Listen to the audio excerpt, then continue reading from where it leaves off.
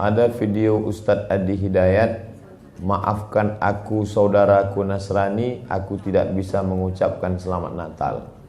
Karena orang yang mengucapkan selamat Natal, maka dia sudah mengakui tiga. Yang pertama, mengakui bahwa Isa anak Tuhan. Yang kedua, mengakui bahwa Isa lahir 25 Desember. Yang ketiga, mengakui bahwa Isa mati di palang salib. Ketiga-tiga ini dibantah oleh Al-Quran. Bahwa Isa anak Tuhan dibantah. Laqad kafaral ladzina qalu innallaha salisu salasah.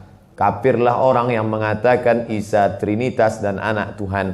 Tentang Nabi Isa lahir tanggal 25 Desember dibantah. Ketika Maryam memegang Isa, tidak ada makanan karena terlahir di tepian kota. Allah memerintahkan menggoncang pangkal batang pohon korma. Tusaqit alaiki rutaban jania, gugur buah korma yang mengkal. Buah korma mengkal ada pada musim panas bulan Juli Agustus.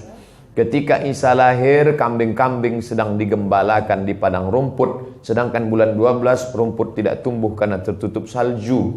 Maka 25 Desember bukan hari kelahiran Isa, tapi hari raya merayakan Dewa Mitra, Dewa Matahari, yang diambil oleh Kaisar Konstantin dari Konstantinopel.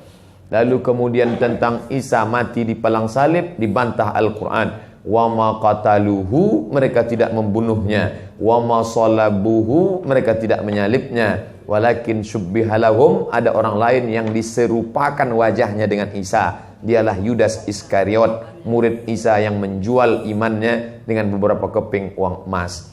Saya punya kawan Kristen Masehi, tapi dalam masalah hubungan baik, masalah ngasih makanan, masalah beri pakaian, oke. Tapi kalau sudah terkait dengan akidah, wala ana abidu ma'abadtum wala antum abiduna ma'abud lakum dinukum waliyadin.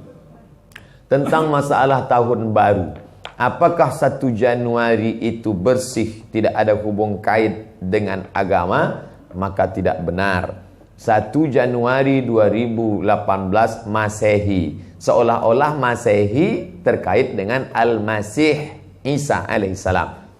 Itu kalender dibuat oleh Kaisar Julian dari Romawi kuno. Kaisar Julian membuat kalender, maka dibuat nama dia Kaisar Julian, maka disebut Julian kalender. Lalu kemudian Julian kalender dibawa ke Vatikan, dirobah oleh Kaisar Raja Pendeta Paus Vatikan bernama Paus Gregorius. Maka sampai sekarang disebut dia dengan Gregorian kalender.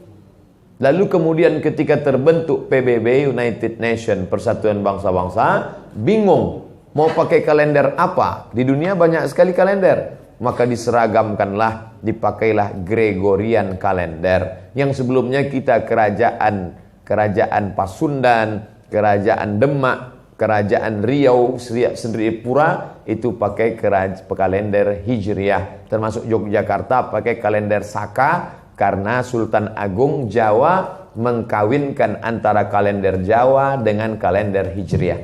Karena ingin mendamaikan antara Jawa dengan Islam. Maka setiap menyambut tahun baru Saka sekaligus menyambut tahun baru Hijriah. Kalender Masehi muncul belakangan, tidak tepat penisbatannya kepada Al-Masih karena Isa tidak tahu menahu tentang itu. Itu murni diambil oleh Kaisar Gregorius yang diambilnya ke Vatikan menjadi Gregorian kalender. Jadi kita menyatakan tahun baru, betul tahun baru, tapi tahun baru Romawi. Tahun baru Romawi, jangan kaitkan kepada Isa alaihissalam. Dia masih terkait. Adapun tahun baru Jepang tak ada terkait dengan akidah. Nah, ini tahun kalender yang baru. Tidak meyakini bahwa dengan kalender yang baru ini nasib berubah menjadi baru. Siapa yang asap malam itu paling banyak mengepul ke atas, maka rezekinya yang paling murah. Lalu membakar ayam sampai 2000 ekor. Nah, oleh sebab itu saya anjurkan anak-anak muda, remaja-remaja masjid, tanggal 31 malam tanggal 1, setiap masjid semuanya buat kajian, iktikaf, zikir, muhasabah, supaya jangan keluyuran ke sana kemari. Hanya 2 saja. Anak-anak muda pergi ke masjid mulai jam 10, jam 11, jam 12, jam 1, jam 2, atau habis isya tidur. Saya nggak bisa tidur Pak Ustadz. Biasa malam kalau nggak bisa tidur, habis isya makan antimo 2. Nguap tidur langsung.